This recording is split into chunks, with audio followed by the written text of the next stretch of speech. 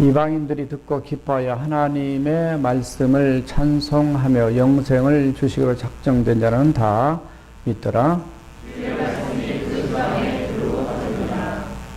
다 같이 50절에서 마지막까지 합독하시겠습니다. 시작.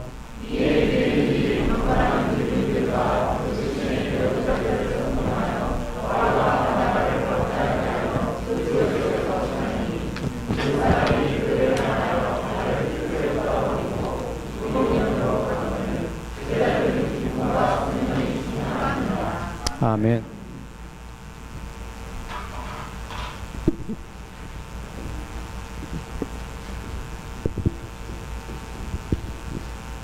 오늘 선교 헌신 예배에서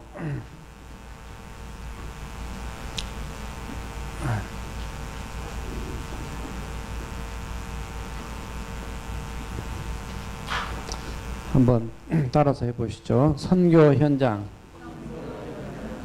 예. 예, 미션 필드입니다. 우리가 그동안에 선교 많이 해왔습니다만 이번에 또 단기 선교를 이렇게 가게 되면서 오늘 파송식 겸 또 헌신 예배를 이렇게 드리기 때문에 말씀을 제목을 이렇게 잡았습니다. 그동안에 선교하면은 현재 자기 나라에서 다른 나라로 가는 거, 이거 자체를 선교로 생각을 해왔습니다. 지난 2000년 동안. 또 지금도 그렇게 하고 있고요. 그렇게 선교의 개념이, 옛날 개념은 이렇게 해왔어요. 그러니까 이렇게 해온 대표적인 교회가 바로 안디옥 교회입니다. 오늘 본문에서 파송했던, 바로 바울과 바나바를 파송했던 교회가 이 안디옥 교회인데, 이 안디옥 교회가 바로 그렇게 해왔어요. 물론 안디옥 교회만 그렇게 한 것이 아니고 초대에 우리 한국 교회도 마찬가지로 우리나라에서 다른 나라로 이렇게 보냈어요. 그래서 한국 교회도 1907년도에 평양신학교회 제1회 졸업생이 7명이 나오는데 그 중에 목사님 7분 중에 한 분을 해외로 선교를 보내게 됩니다. 그 해외가 어디냐면 제주도예요. 그래서 바다 건너가니까 해외가 되죠. 그 이기풍 목사님을 거기에 보내서 선교하게 하십니다. 1909년도에 9명의 또 목사님들이 안수를 받고 졸업을 하시겠는데, 그때 블라디보스토크, 지금은 러시아지만 옛날에는 소비에트 연방에 속한 블라디보스토크, 우리 그 지도에 북한의 오른쪽 끝에 위에 가면 블라디보스토크, 그쪽으로 또 최관hl 목사님이라는 분을 보내서 또 선교하게 하시고요. 그 다음에 1912년도에도 그때도 그 3명의 선교사님들을 중국의 산둥반도, 이렇게 중국 이렇게 인천 앞바다에 보면 이렇게 튀어나온 그쪽으로 또 3명을 또 보내기도 하죠. 그러니까 우리 한국 기독교는 사실 옛날부터 굉장히 선교적인 교회였어요. 미셔널 처치. 굉장히 선교 마인드가 있어서, 왜냐하면 우리는 선교의 빚진 자거든요. 왜냐하면 선교사님들이 오신 분들이 영국에서 오신 토마스 선교사님은 원래 런던 대학을 나온 분이에요. 26세 와서 이렇게 선교를 당하시지만 대동강에서 그 제너럴 셔먼을 타고 오셨다가 이렇게 선교 당하지만 그런 분이고, 언더우드 목사님도 이 뉴욕 대학을 나오신 분이에요. 그래서 그때 당시에 1800년, 1884년 이때쯤 이렇게 오신 그 옛날, 지금 따지면 얼마나 오래 전이면 거의 150년 가까이 전에 오셨던 분들이 그때 이 대학을 공부하고 정말 세상에서 편하게 살 수 있는 분들인데, 하나님의 복음을 알고 그 기쁨을 가지고 우리보다 훨씬 더 못하는 그 현장에 가서 예수 그리스도의 사랑과 복음을 전하되었다. 그렇게 해서 왔단 말이죠. 그러니까 그 사랑과 은혜의 빚진 자가 바로 우리 민족이에요. 물론 복음을 듣는 모든 민족이 다 똑같죠. 그런데 그 사랑에 감격하고, 하나님의 사랑에 감격해서 하나님의 그 은혜에 너무나 내가 감당할 수 없어서, 나만 갖고 있을 수가 없어서 대부분 오늘날 교회를, 복음을 나에게만 가둬놓고 삽니다. 오늘날 예수 그리스도의 참된 생명의 복음을 교회 안에만 가둬놓고 삽니다. 그러니까 복음은 진리지만은 이거를 밖으로 쏟아내고 나눠주고 베풀고 이렇게 주기를 원하는 것이 하나님의 비전이고 그게 섭리인데 그걸 못하고 있는 것이 많은 교역사 속에 있었습니다. 그러나 오늘 우리 주님께서 안디옥 교회를 통해서 예루살렘 교회를 깨우고 도전하고 또 우리 조선 한국 그때 당시에 우리 일제 치하의 아주 핍박과 어려운 상황이었어요. 그런 상황에서 하나님께서 우리 민족을 또 그렇게 어려운 중에도 쓰셨단 말이죠. 자, 그러나 지금은 어떻게 되냐면 지금은 옛날에는 단일 민족들이 주로 살았지만 지금은 다민족 국가가 미국만이 아니라 전 세계 우리 민족도 마찬가지로 다민족 국가가 됐어요. 물론 그렇지 않는 나라도 곳곳에 조금씩 있지만은 각 민족에 들어가서 보면 다 이렇게 섞여 있습니다. 오늘날은 이 나라 안에도 들어와 있고 이 밖에도 있고 전부 다 섞여 들었어요. 그래서 지금은 내가 있는 것이 선교지예요. 따라서 하세요. 내가 있는 것이 현장이 선교지다. 네. 자, 기본적인 이런 컨셉으로 지금 바뀌어가고 있습니다. 그래서 왜냐하면 전 세계 민족이 국가 수만 242개로 보고 있고요. 그리고 현재 전 세계 인구가 얼마쯤 될 것 같아요? 지금 73억 6천만 명으로 육박하고 있습니다. 제가 어젯밤 세계 인구 시계를 들어가서 봤기 때문에 정확해요. 사람들이 아직까지도 너무 뒤떨어져 가지고 아직도 69억 얘기하는 사람도 있고 그래요. 70억이요. 지금 그렇지 않습니다. 굉장히 빠른 속도로 지금 달아오고 있습니다. 그래서 옛날에는 사도행전 1장 8절이 예루살렘과 성령이 너에게 임하시면 권능을 받고 예루살렘과 온 유대와 사마리아와 땅끝까지 이르러 내 증이 되라. 그래서 옛날에는 지역적이고 지리적이고 순서적이었어요. 이렇게 지리적 순서적으로 정말 예루살렘 먼저 해야 돼. 가까운 데부터. 그 다음에 유대 땅 나라를 전체를 해야 되고 그 다음에 이웃나라 사마리아 해야 되고 땅끝까지 가야 되는 이런 개념으로 선교를 생각을 했어요. 그러나 지금은 이런 순서적 개념보다는 따라서 하세요. 동시적 개념. 지금은 동시적 개념입니다. 그러니까 같이 해야 되는 거예요. 우리 지역도 해야 되고 그 다음에 전 세계도 가야 돼요. 우리 지역만 한다고 다 되는 게 아니고 우리 지역에도 하지만은 또 다른 데도 다 해야 돼요. 왜 그러냐면 바로 선교에 대해서는 우리 삼위일체 하나님께서 원하셨어요. 자, 하나님이 먼저 시작을 하셨어요. 선교는 하나님이 먼저 시작하셨어요. 왜냐하면 요한복음 20장 21절을 보면 예수님께서 그렇게 말씀합니다. 아버지께서 나를 보내시니 나도 너희들을 보낸다. 이렇게 말씀. 예수님이 이 땅에 보내심을 받은 아포스톨로스예요. 사도예요. 선교사예요. 정말 이 땅에 우리를 구원하시기 위해서 먼저 오신 바로 그분이라는 것을 말씀해. 누구로부터? 하나님으로부터. 하나님이 사랑하사 독생자를 주셨으니 이렇게 해서 하나님이 우리를 사랑하사 예수님 이 땅에 보내주심으로 우리가 구원받도록 하나님의 역사를 이룬 것을 보게 됩니다. 자, 하나님이 시작하셨지만 예수님께서 명령을 하셨어요. 너희는 가서 모든 족속으로 제자를 삼으라. 마태복음 28장 19절에 있고 마가복음 16장 15절에 보면 그렇게 표현했어요. 너희는 온 천하에 다니며 만민에게 복음을 전파하라 그랬어요. 온 천하에 다니며. 그래서 많은 사람들이 꼭 선교 그래 나가야 되느냐. 그런 사람들 꼭 나가야 돼요. 나가서 뭘 해야 되냐. 오늘 기가 막힌 것들을 체험을 해야 돼. 가서 깨져야 돼. 깨져야 돼. 인간이 깨지지 않으면 변화가 안 되면 써먹을 데가 하나도 없어요. 교회를 오래 다녀도 상관없어요. 교회에서 직분을 받아도 상관없어요. 하나님의 마음으로, 하나님의 컨셉으로, 하나님의 생각으로 우리 자신이 변화돼야만이 하나님 나라에 진짜 쓸모있는 하나님의 사람이 되는 줄 믿습니다. 우리 주님을 만나고 알면은 내 인생의 목적이 어딘 줄 압니다. 여러분들이 아무리 돈을 벌고 공부를 하고 뭐 세상 일 많이 한다 할지라도 이 땅에 다 썩어질 거예요. 다 놓고 가야 돼요. 죽으면 끝이야, 세상에서는. 내가 썩을 양식을 위해서 일하지 말고 썩지 않을 양식을 일하라 그랬습니다. 썩을 양식을 위해서 일하는 썩어질 그 육체로부터 썩어질 것을 거둔다 그랬단 말이죠. 정말 예수 그리스도 그분을 진짜로 바로 아는 사람은 인생의 비전과 목적이 분명한 사람이에요. 그냥 바르게 삽니다. 지금 세상이 전부 다 엉망진창으로 지금 가고 있어요.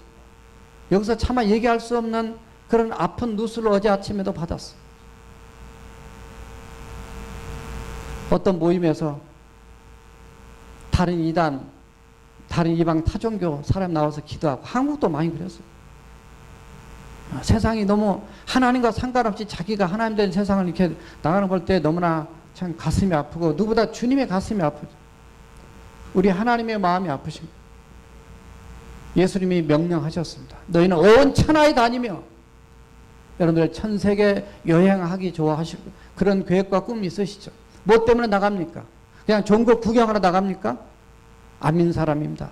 안 믿는 사람 똑같아요. 물론 우리도 구경, 하나님이 창조한 세계를 보는 거 정말 당연하 좋은 겁니다. 그러나 우리는 근본적 목적이 다른 거예요. 어디 가든지 간에 거기서 볼 거 다 보고 하지만 그곳에서 누굴 봐야 돼요? 영혼들을 봐야 돼요. 그 영혼을 보면서 그 영혼들이 그 영혼에게 예수님이 들어있는가? 예수님을 믿고 있는가? 왜냐하면 하나님께서는 우리 개개인 한 사람 한 사람을 볼 때에 예수님을 보듯이 우리 주님, 우리 하나님께서 우리를 보신다 그 말이에요. 우리 안에 예수 그리스도가 있으면 하나님의 아들처럼 보실 거고, 예수 그리스도가 없으면은 그 영혼이 불쌍해서 그물에게서 그대로도 예수 그리스도의 복음이 필요하다고 또 주님은 보시는 거예요. 그러면 우리가 주님의 시각과 주님의 마음 가지고 하루하루 살고 만나고 하나님이 일하고 또 여러분이 하고 있는 세상 일도 그것도 다 주님에서 하나님의 백성이 하는 이런 일은 다 거룩한 하나님의 일에 들어갑니다. 목적이 어디에 있고 우리가 어떤 마음, 어떤 자세로 가지고 사느냐가 이게 중요한 거예요. 왜냐하면 그 속에서 주님이 드러나고 주님의 향기가 나타나고 하나님의 살아내는 영향력이 끼쳐지기 때문에. 성령님이 주도하셨습니다. 사도행전 13장 2절 보면 성령께서 주를 섬겨 그들이 금식할 때에 성령님께서 그들에게 바울과 바나바를 따로 두 사람을 따로 세우라 얘기해서 4절 보면 성령의 보내심을 받아서 그들이 실로아로 내려가서 구브로 섬으로 이제 본격적인 해외 선교로 나가는 것을 보게 됩니다. 이 삼일째 하나님께서 동일하게 이 선교에 대한 개념을 갖고 있어요. 자, 그런데 이 선교를 하기 위해서 하나님이 세워두신 기관이 있습니다. 자, 그 기관이 뭐냐면 이렇게 돼 있어요.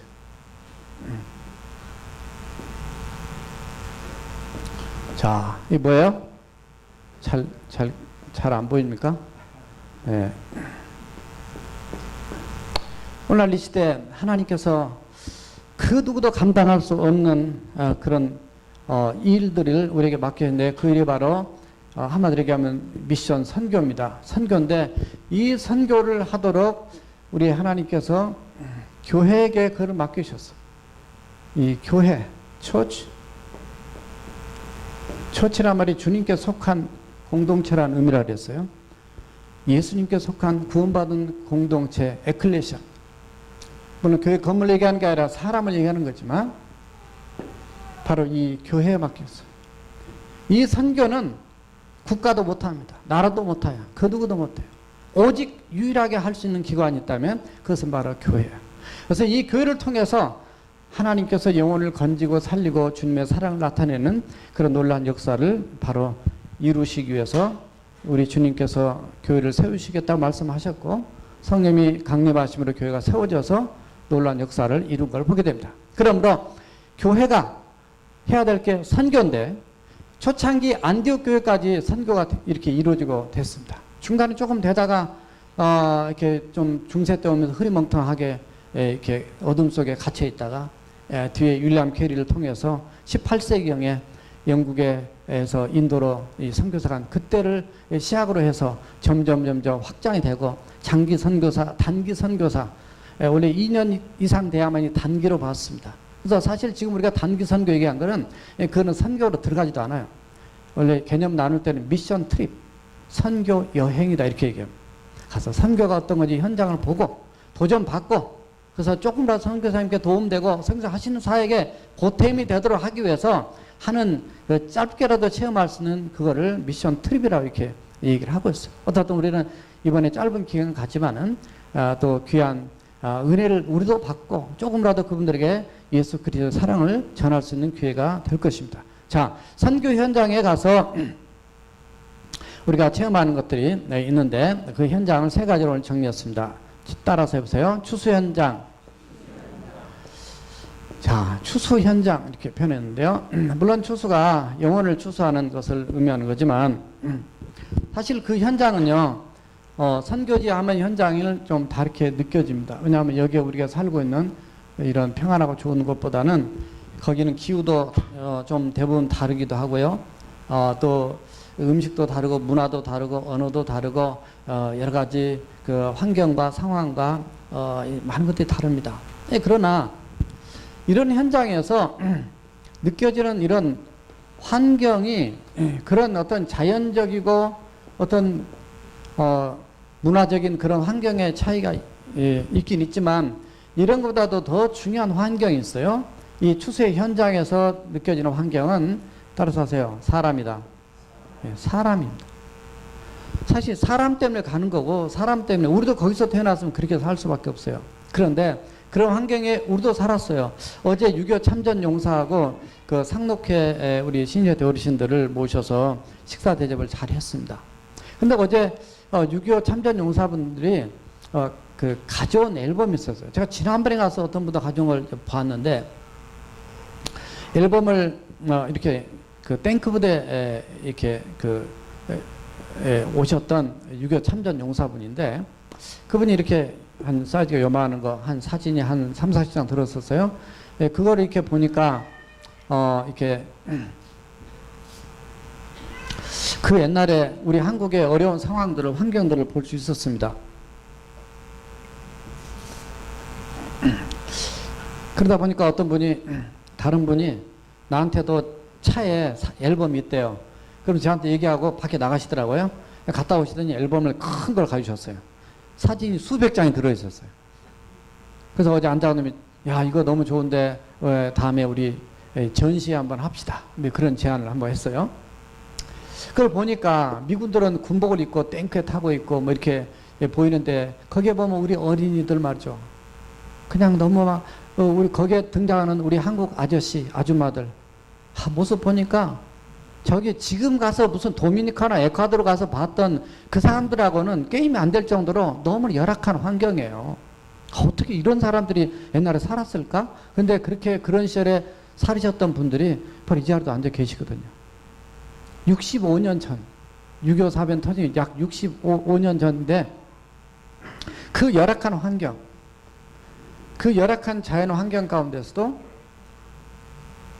하나님 환경을 보지 않으시고 선교 현장에서 우리가 봐야 될 것은 사람을 봐야 되는 거예요. 거기에 가면 뭐가 어떻고 뭐 우리도 이번에 말라리아 때문에 약을 먹어야 되냐 말아야 되냐 많이 해가지고 성사에 물어보니까 먹지 않아도 됩니다. 그래서 그냥 갑니다. 그런데 어떻든 열악한 환경이 있습니다. 그러나 우리가 봐야 될 것은 이 환경 이 상황에서 가장 중요하게 봐야 할 것은 이런 거 우리가 준비도 하고 물론 거기 안 살기 때문에 면역력이 우리가 또 약할 수도 있지만은 사람이라는 거죠.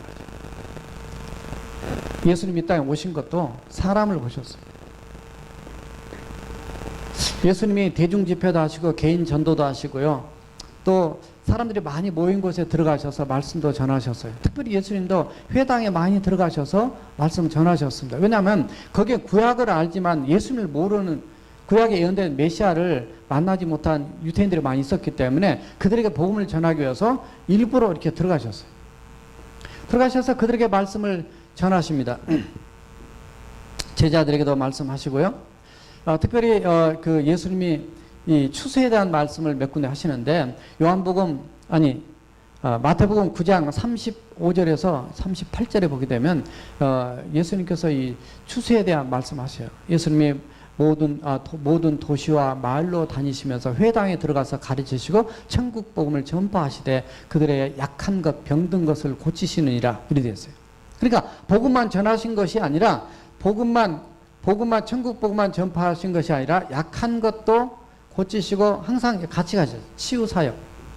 그러니까 저희들이 이번에 가서 어린이들 사역하고 또 아파트도 가서 어린이 사역하고 또 치과 사역하고 머리도 깎아주고 사진도 찍어주고 복음도 전하고 또 가르치고 여러 가지 다양한 사역이 다 복음을 전하기 위해서 영혼을 구원하고 영혼을 하기 위한 목적으로 다 이룬다 그 말이에요.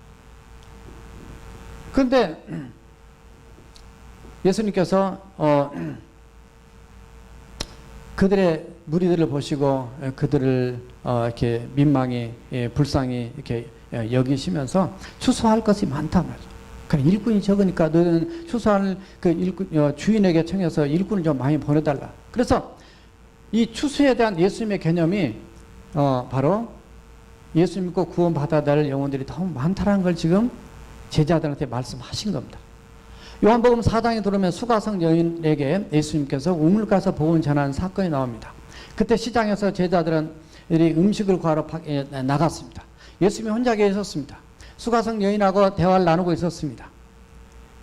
그 여인이 예수님을 메시아로 만나게 되면서 그 마을 사람들이 이제 다 예수 믿게 되는 놀라운 역사를 보게 되는데 제자들이 돌아왔습니다. 여기 음식이 있습니다. 그랬더니 나는 너희들이 알지 못하는 양식이 있다. 누가 음식을 갖다 드렸을까? 그랬더니 예수님이 아니다.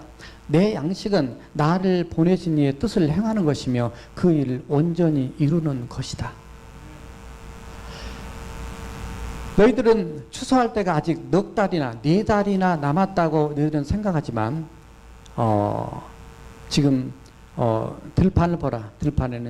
들판이 휘어져 추수할 것이 많다. 이렇게 변화했습니다. 무슨 얘기예요?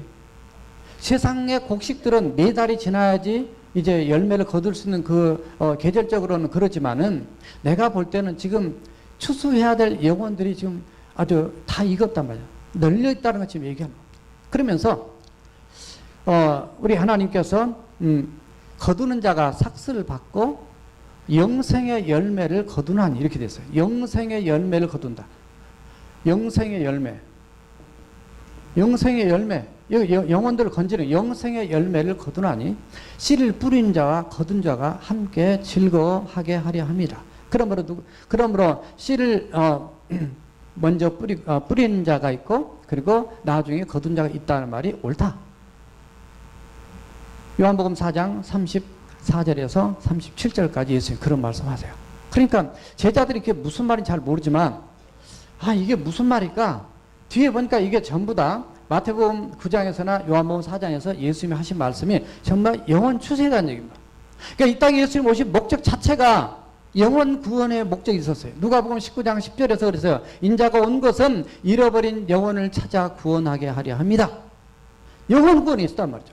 그러니까 기본적인 이 콘셉트를 잃어버리면 본질을 놓치는 거예요.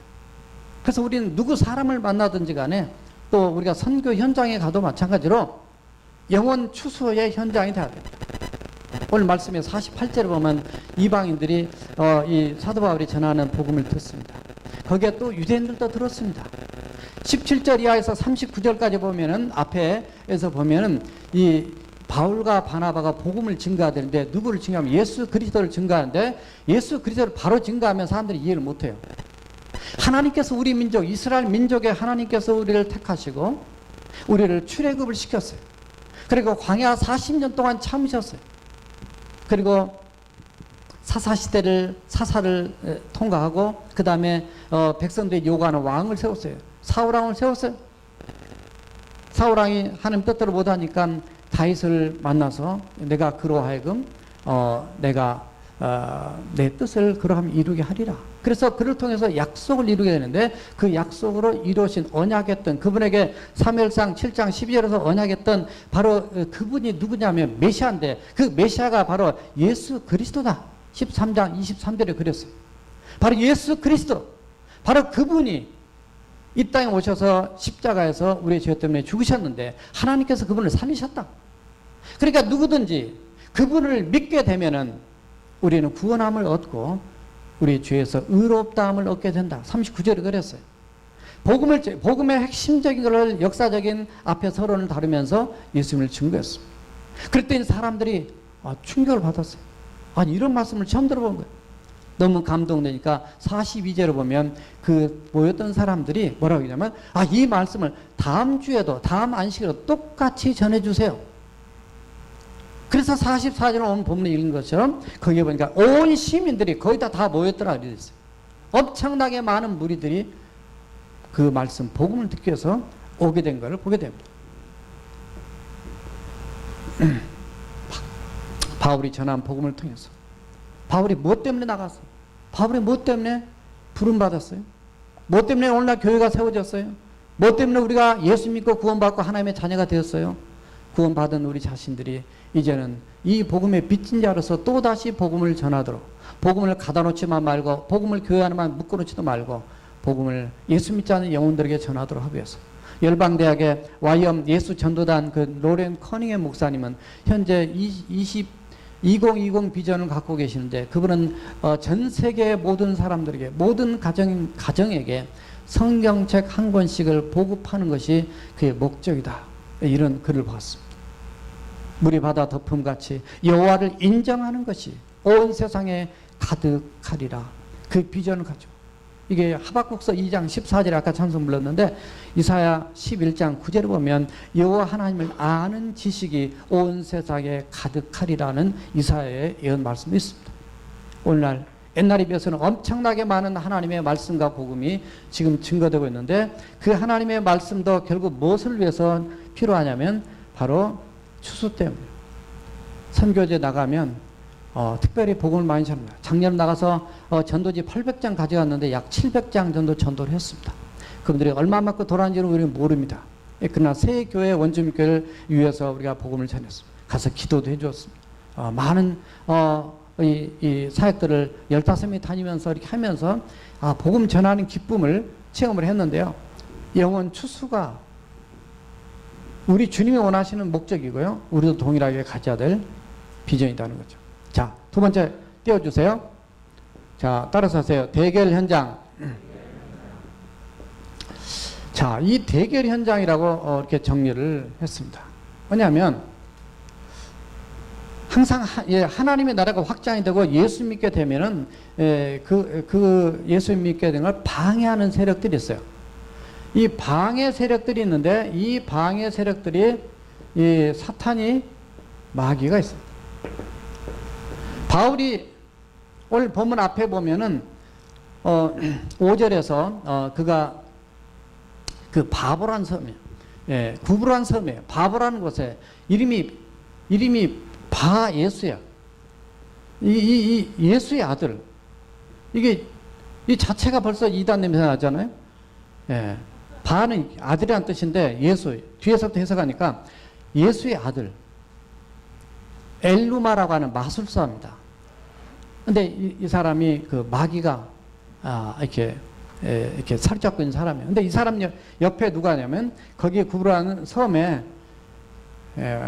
그 서기오 바울, 이름이 서기오 바울인데, 서기오 바울한테 바울이 가서 복음을 전하고 있어요. 이 서기오 바울이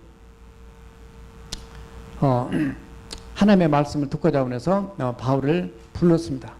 그런데 거기에 그 13장 8절에 보면 이 마귀의 세력들은요, 이 대결하고 우리의 복음을 방해하는 이 세력들은 못 믿게 있는 거예요. 거기 보면 믿지 못하도록 힘썼다리 되어 있어요. 우리는 믿도록 하기 위해서 힘을 쓰고 있는데, 마귀는 못 믿게 힘을 쓰고 있습니다. 이게 사탄의 방해 공작이에요. 이때 바울이 대결할 때는, 영적 대결할 때는 뭐가 필요하냐면, 따라서 하세요. 성령 충만. 하나님의 영으로 우리가 충만해요. 그래서 기도해야 되는 겁니다.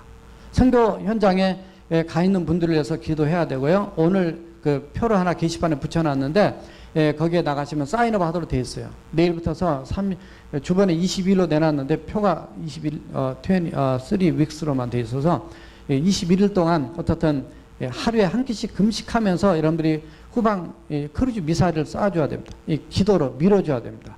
왜냐하면 아무 일 없이 돌아올 수 있지만 가서 악함하게 사단과 대결할 수도 있어요.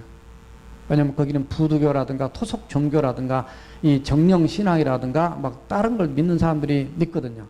그래서 사단은 항상 방해해요.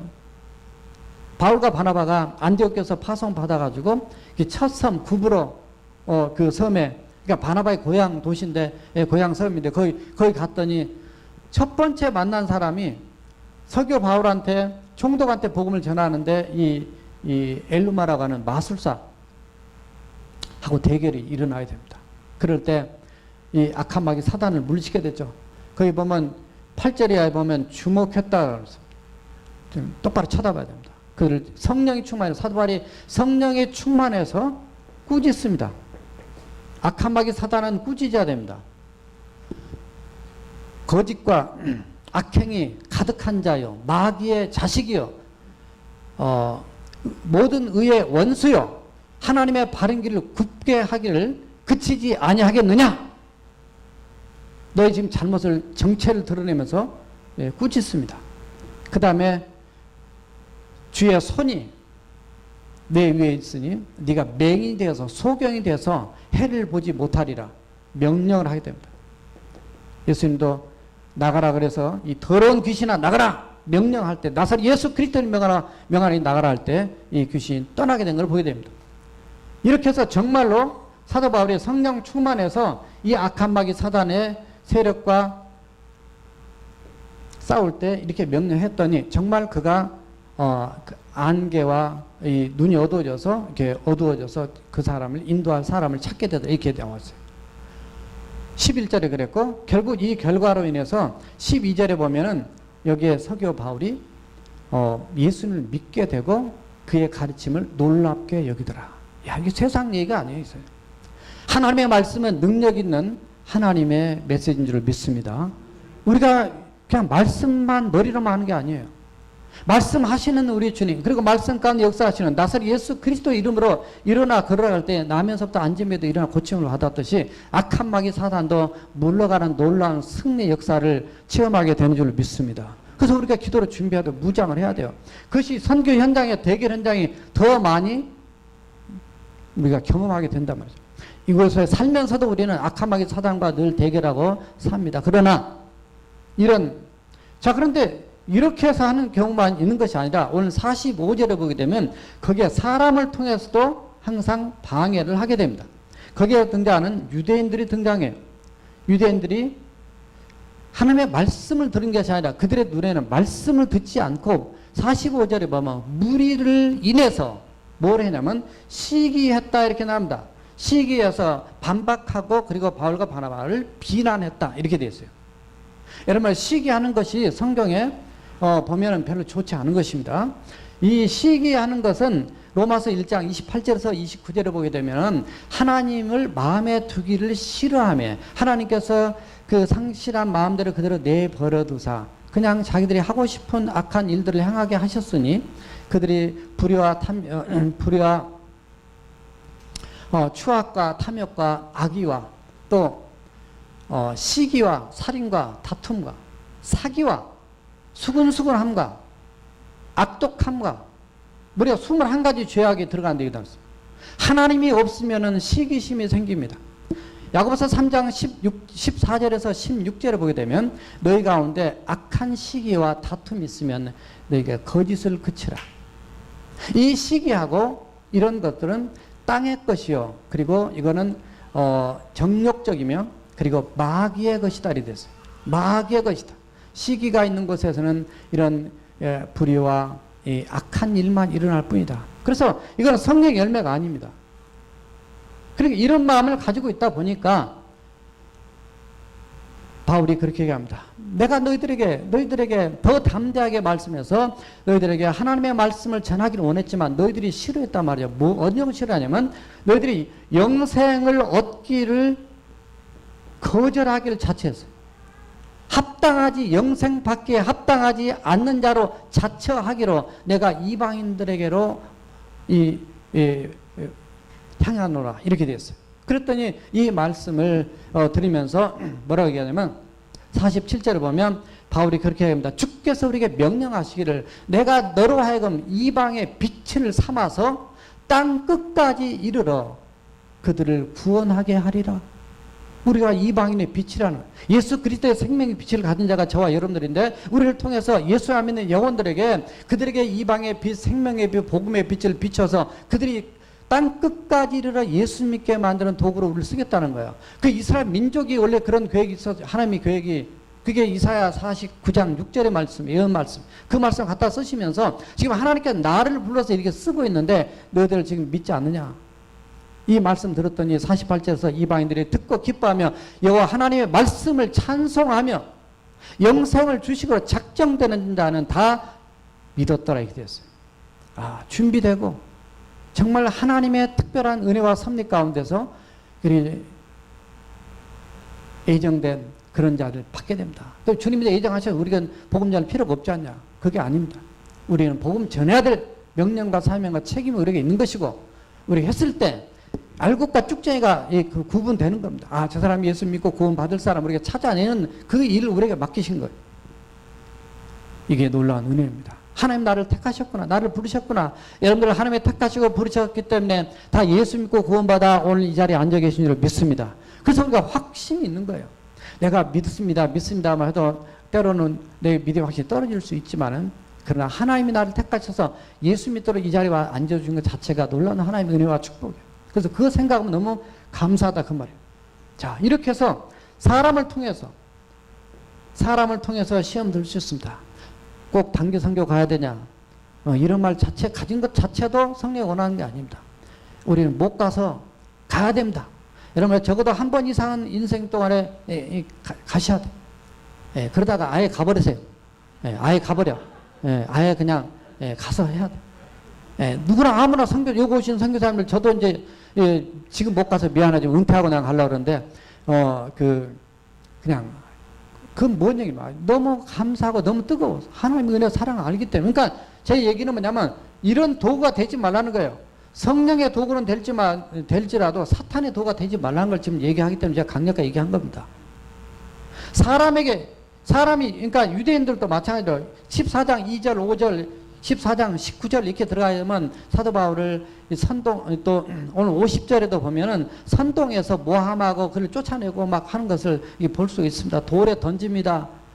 이 14장 2절에서 선동하고 5절에서 돌에 던지고 19장에 가면 이 누스드라의 그 유대인들이 또 와가지고 이고니에서도 더베에서 이고니에서 와가지고 돌 던져서 사도 바울이 죽었어요. 그래서 성 밖에 갖다 버렸어요. 근데 그냥 일어났어요. 그래서 나와서 또 살아났어요. 그러니까 이 악한 마귀들이 여기에 영적인 마귀만이 문제가 아니고 이 사람들이 돌 가지고 핍박하는 이런 시대, 지금 전 세계가 지금 그런 상황이 많이 들어와 있단 말이죠. 그 외에도 몸을 아프게 한다든가 우리끼리 마음 상하게 한다든가. 제가 그래서 우리 선교팀들 16명 작년에는 18주 동안 했는데 이번에는 9주 동안 했어요. 새벽마다 올 때 우리끼리도 혹시라도 마음 상한 일이 있어서는 안 됩니다. 그랬어요. 왜냐하면 마귀가 좋아하니까. 그래서 우리가 승리해야죠. 내 마음 안에서부터 승리와 기쁨 가지고 나가지 않으면 실패할 수밖에 없어요. 자, 마지막 띄워주세요. 따라서 하세요. 시작. 체험 현장입니다. 오늘 마지막 52절을 보니까 제자들이 기쁨과 성령으로 충만하도록 됐어요. 핍박을 받는데 기쁜 거예요. 마태복음 5장 11절과 12절에서 너희가 내 이름으로 너희가 내 이름으로 욕하고 또 미워하고 거짓으로 너희를 대적할 때 핍박할 때 너희들이 너희들에게 하늘에 복이 있다. 너희는 복 있는 자다. 너희는 기뻐하고 즐거워하라. 하늘에 복이 큼이니라. 너희 예전에 선지자들도 이와 같이 박해를 받았느니라 그랬어. 여러분 예수 믿는 것 때문에 복음 전하는 것 때문에 핍박 받아본 적이 있으세요? 핍박 때문에 기뻐한 적이 있으세요?